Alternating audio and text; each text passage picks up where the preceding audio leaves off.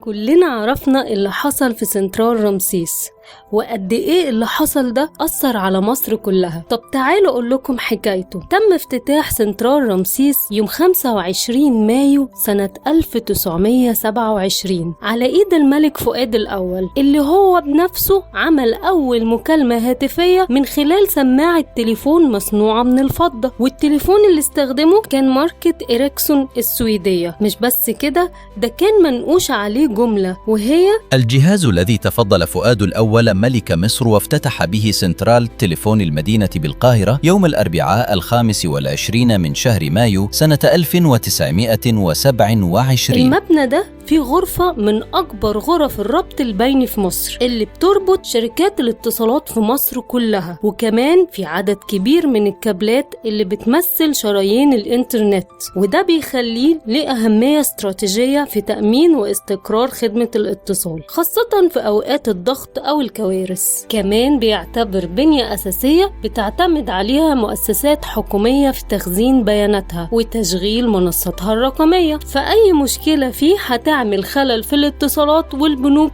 والمرافق الحكومية وحركة الإنترنت الدولي اللي بيمر بمصر كلها.